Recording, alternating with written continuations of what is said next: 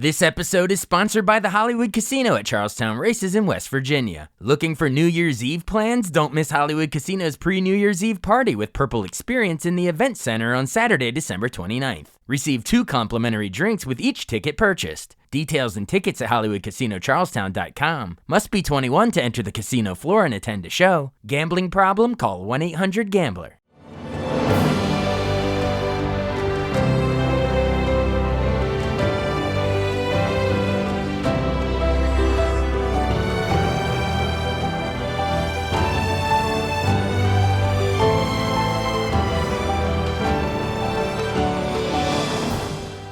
Welcome to the newest episode of Beyond the Fame with Jason Fraley. I'm your host, Jason Fraley, picking the brains of the top filmmakers, musicians, and artists of our time. Comedian Mark Curry brings his stand-up comedy tour to the Bethesda Theater in Bethesda, Maryland this Sunday. He called in to preview the show and share his career journey, from showtime at the Apollo to the sitcom Hanging with Mr. Cooper, and why there should definitely be a reboot. Hey, Mark Curry. Hey, thanks so much for joining us on the show today. Yes, thank you. Great to be here. I look forward to being on this show. It's very difficult to get on this show. I've been trying for the last 2 years, but been denied. So I'm glad that, I get a chance to be on.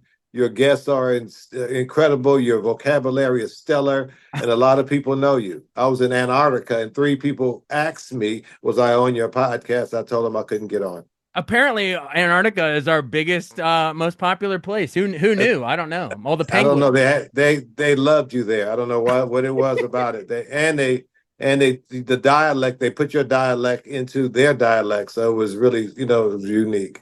Like they use AI and put me on a penguin or something. Right, exactly. Well, thanks for saying that. But yeah, no, the honor is all ours. We got to tell everybody you're coming. The great Mark Curry is coming for a stand-up at Bethesda Theater on this Sunday, December 15th. 2 shows, 6 p.m. and 9:30 p.m. Everybody get your tickets now. I saw you, gosh, it's probably been over a decade ago, like in Baltimore. Wow. But Bethesda's more DC. But, it's all the DMV. Right. So it doesn't make a difference. It's all the same. It's all DC, baby. It's going to be fun at this theater. I'm going to have some fun. There's a lot of things we got to talk about that we didn't get a chance to talk about. I'm going to talk about it. Come on. So much happened this year, last year. Yeah. And so it's going to be 2 shows, and both of them will be equally funny. And they'll be different, too. I changed my material each show, so each show will be different. So there you go. Everybody, buy tickets to both. You're not going to hear the same. It's not going to be Groundhog Day. It'll be all different. All different stuff. Yes. I love it. Maybe a little. Do you save like a little more of the risque stuff for the later crowd, or do you put any thought into that? No, it's all about the energy. The jokes are all about the energy. Right. It's about the energy of what's happening. Does that joke fit in that situation? Yeah. I don't do that. I just go with the audience, with the energy, and just go. You try to pound them as much as possible. I try to kill you with laughter. I try to make your stomach hurt. Laughter upon laughter. That's my style. So, and we need laughter in America. So much is going on. Pretty soon they're gonna take laughter out of schools. They're gonna take laughter away. I don't know how long we can laugh anymore. Yeah, they're gonna take comedy clubs out. There's gonna be no more laughter. We're taking that away. So I'm trying to get the last laugh in before 2025. That'll be the new department of laughs that they're trying to take away. Right. Well, speaking of which, we're kind of sandwiched between the election, like you're talking about, but then we also got the holidays coming up. Do you hit on any political stuff? I don't do too much political because people are so divisive, and it really changes the mood of something. Yeah. So, I can go political if I wanted, but it just changes everybody, and plus we hear so much about that on the news. We're so inundated with that.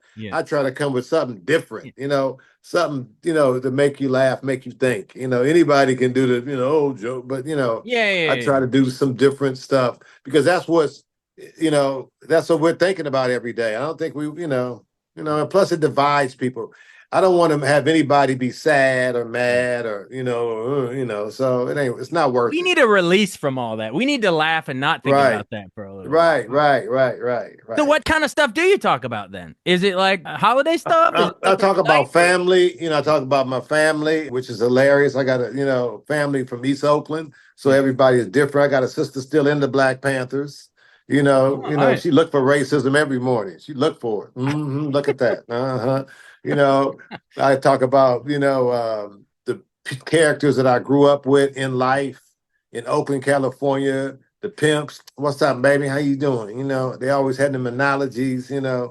And the dope dealers. I bring all those to light in the show, so you'll see all those. You'll see my mother come to light. I told these people not to do, but my grandmother, she'll come out. So I do a lot of characters, not characters within my act, which is fun. I like it. We can't wait for all those characters. Right. Well, you're talking about sort of growing up in Oakland. I guess this was you, 60s, 70s. You're born in 61 in Oakland. So who were your comedy idols growing up? Either stand up or Richard Pryor. Richard Pryor was the greatest to me, and I went to go see him in 1974, and I still got the ticket stub. I saw him at the Circle Star Theater. So nice. I knew what I wanted to do. I wanted to do stand up, so I had to go see Richard Pryor. And I saw him as a little youngster. I was tall, so I had to wear my brother's clothes. I had a pimp hat on and some platform shoes, so I looked like a grown man. and so I went in and I saw Richard Pryor in 1974, and I got a chance to open up for him in 1993, and I gave him that ticket stub. So you talk about manifesting life, always manifest because it will happen. Here I am. I love Richard Pryor so much. I love stand-up comedy so much.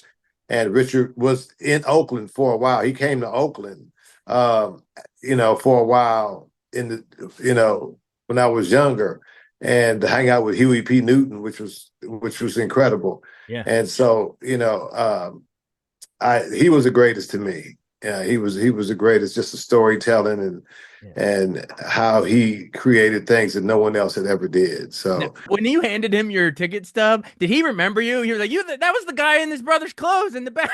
No, he remembered he remembered the event. He said, "Oh, the Bay Area, they rough over there. Yeah. They don't play over there. That's right, the Bay Area, they don't play." So he remembered the event.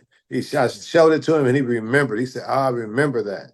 And a lot of artists remember everything.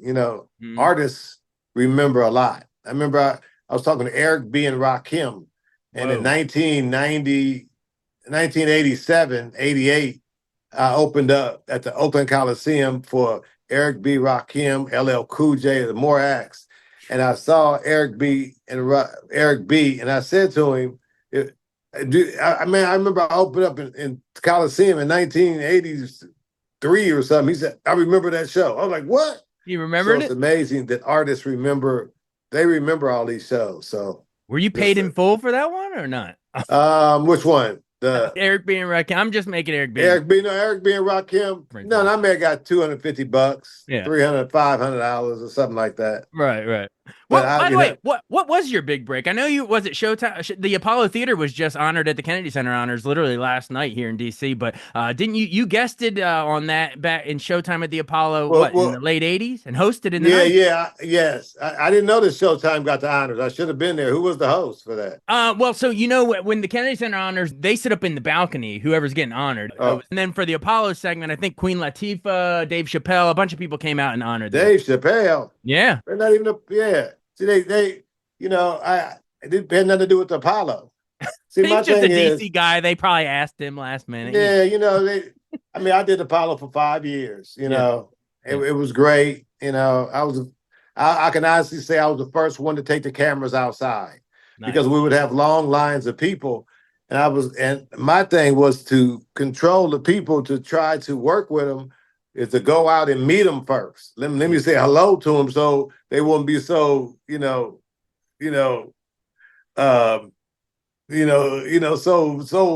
not violent, but so, they knew and loved me. That's what I was saying. So I did a lot of things with Apollo. I broke a lot of people, and I thought, it was one of the most incredible times of my life. And that was the first time I became famous. Showtime at the Apollo. That was the big break for sure. And then, of course, after that, I guess you were with Martin Lawrence and Talking Dirty After Dark. You did some movie roles, but what we all remember we have to hit before you go, we have to talk about Hanging with Mr. Cooper. Yeah, Hanging with Mr. Cooper. Mr. Cooper came after the Apollo. Right. It was what, 92 to 97 ABC, I think. Yeah. Yeah. Yes. Yes. I know it was created by Jeff Franklin, right? He had he was created by Full Jeff House. Franklin. He kind of asked me what I wanted to do, and I kind of told him, hey, I want to work with some ladies. I want that basketball theme, and he kind of put that together. Oh, so you kind of gave him those elements. What did I want to do? What did I want? And I told him, a respectable show. I didn't really want no guys around me. I didn't want no dudes. So I said, let's do some ladies around me. So two ladies always works. They cast alongside you Holly Robinson, Pete, 21 Jump Street, Dawn Lewis, A Different World, and then of course Raven-Symoné, who was just done Olivia on Cosby. She came the next year, the next 2 years. Yeah. But I remember them auditioning. I remember Holly auditioning. I remember Dawn auditioning. Yeah. Believe it or not, I remember that. I remember Dawn killed it. I knew she was gonna get it because she killed it. She brought in the Thigh Master. Yeah. I think the thing had something to do with the Thigh Master. She actually brought one in. Wow, that's hilarious. I was like, wow. And she killed the audition. I knew she was going to get it. Do you agree one of the catchiest theme songs? Cooper. Yeah, them I asked for En Vogue. I wanted to be hot, I said, give me the hottest group. En Vogue was from Oakland. Yeah. And I said, I want my stuff to be super on fire. And we had En Vogue, so we came out, we hit them hard. Hanging with my man is so cool. Well, that was Dawn Lewis, and the first one was Dawn Lewis and Holly singing. Yeah, you're right. Second I remember. Yeah. That's so great. But beyond just the show itself, I mean, you mentioned the characters and the cast, but just that era of television, because I guess what maybe started on Tuesdays after Full House, but I'm pretty sure you were part of that TGIF. I was TGIF lineup. I was at first. I came on Tuesdays. And one of the highest rated black sitcoms, ABC, and then for some reason they knocked me down. I was coming on at 8:00 or 8:30, right after Full House, and then they knocked me down to Friday at 9:30. Like, well, what? Why would you do that? Why would you, But we thrived, and we didn't die. That was the worst time slot, Friday at 9:30. So whoa. But we survived, and we survived 5 years. Oh man! And not too many black sitcoms can say that. Not too many sitcoms can even say that. You more than survived. We loved watching that show. It was like Family Matters and you guys and what Step by Step, Boy Meets World. There was a bunch of them in that block. So my question is that era, where families would sit down and watch. Basically everybody watched the same show. Now everything's splintered. Everyone has different streaming services. Right. Not many people, even the biggest shows, I don't know, a Game of Thrones or something, there's still a fraction of I think it's the acting. I think, we had, funny comedic actors then, who could carry a script that was a basic script, but turned it into, something funny. And I really don't think they have that right now. I think I could do a sitcom right now and kill it. And I don't care what the script is, go out there and have some fun. And I think people can watch it. People say, well, people ain't watching because they suck. That's why people ain't watching. They're not watching it because there's nothing out there that's worth watching. You look at it and say, this is terrible. It's terrible. So, you got to call it. Give Mark Curry another sitcom. Do it. Why don't they do a Mr. Cooper reboot? They did Fuller House. We could do a Mr. Cooper reboot and kill it right now because we all look good. I talked to Holly. I saw Don. I see Omar. I see Raven. We could come back together in one day and do 2 days of rehearsal. Yeah. We need 2 days. We don't even need just give us the script. Yeah. We'll kill it. Trust me. Our lips to God's ear. Someone's going to be at the Bethesda Theater and hear this interview, and they're going to do the reboot. That's my hope. I would love to do the reboot. I really would. Hanging again with Mr. Cooper. There's some hanging again. Hanging again. We'll figure it out. Hey, before we run real quick, beyond Mr. Cooper, I wanted to know what was your favorite guest star on another show? Because you did Living Single, Martin, Jamie Foxx, Drew Carey. You've been. Wow. What was your? I forgot about all when that. You weren't doing Cooper. You said the best show or guest spot? Well, it would have to be, when I did Martin, when I played Ronnie Cochran on Martin, and when I played Sergeant Easy on Jamie Foxx. I think those were the 2 best guest stars because I knew those guys and they let me freeform and they just let me do what I wanted to do, but I respected them and always gave them the alley-oop back. And so I think that was the best, that I did. I love it. I think. Cool. Yeah. Well, you've done so much. We'd be here all day. See Dad Run on Night. There's so many, but See we invite everyone to check out. I forgot about that too. You forgot about that?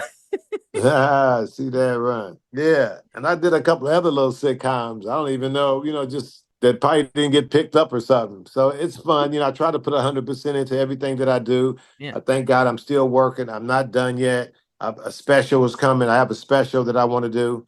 The Mark Curry special. So look for that this summer, you guys. I'm on tour with Cat Williams, the GOAT. So we start in January with the Cat Williams tour. I think Heaven and Earth. Yeah. And so that's going to be incredible. And I just I'm a rookie. And so I just look forward to getting better and better and better and coming out with a special. That's something I want to do, is come out with a special and just let people see that I still have it, that I'm still funny. And some people don't even know I do comedy. So are you kidding me? You're hilarious. A lot of people don't know. Well, come to Bethesda. Yes, come to Bethesda Theater and you'll see real comedy. That's what you need to do. Come to Bethesda Theater and see some real comedy. Real comedy, people. Real comedy. And that's cool. You're touring. That's cool. You're going to be touring with Cat Williams coming. He's crushing it. Without going into any of the detail, we know that Cat Williams is having a year. He is incredible. He has the Midas touch. He's a brilliant entrepreneur. Yeah. Brilliant. And so, he has a studio. He's doing things. He's a tour. Amazing. I mean, when you see the numbers, when you see somebody do a Coliseum, that's amazing. Yeah. To me, you're doing a Coliseum, dude. Yeah. You're doing a Coliseum. I'm doing, a theater. You're doing a Coliseum. So it's beautiful and it's a great show. He treats us great, and he's the ultimate.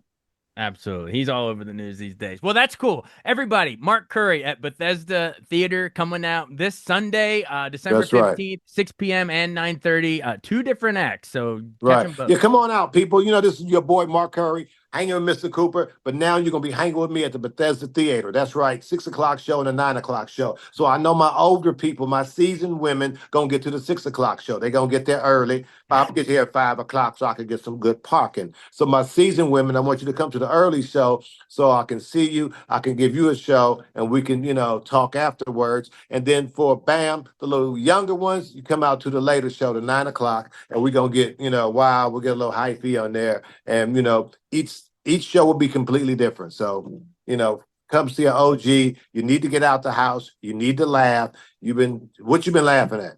Nothing. Exactly. Let's go. Exactly. Come on out. Bethesda Theater. Hanging with Mr. Cooper. Hanging with Curry. And then we'll be hanging again in the reboot. Stay tuned. Yeah, we'll do that. Thank you, man. Thank you. It's so hard to get on this podcast. I appreciate it. Like, people, it took me 2 years. Damn. Antarctica is going to be going crazy over this episode. Yeah, they love you in Antarctica. They had a picture of you. I went to a restaurant. Yeah. It was the only soul food restaurant in Antarctica. It was called Soul Cold. And they had a picture of you in the back. Oh, that sounds about right. Yeah. Well, both poles, North Pole too. South Pole, you got covered on Antarctica, but North Pole, we're big right now this time of year. Right. Oh, that's right. It's Christmas time. Come on, you got the wrong pole. Right. You're right. Hey, man. Thanks so much. This was fun. Well, thank you very much, man. Appreciate it. So come see me, people. You need to laugh. If you've never seen me, come check it out. I free flow and I go, baby. And I won't stop. And after every show, we celebrate birthdays and anniversaries. So if you're having a birthday or anniversary, I want you to come to the shows, because after the end of each show, believe it or not, we bring everybody on stage who is celebrating something, and we celebrate, because life is about a celebration. I love it. Hey, Thanks so much for doing this. Peace out.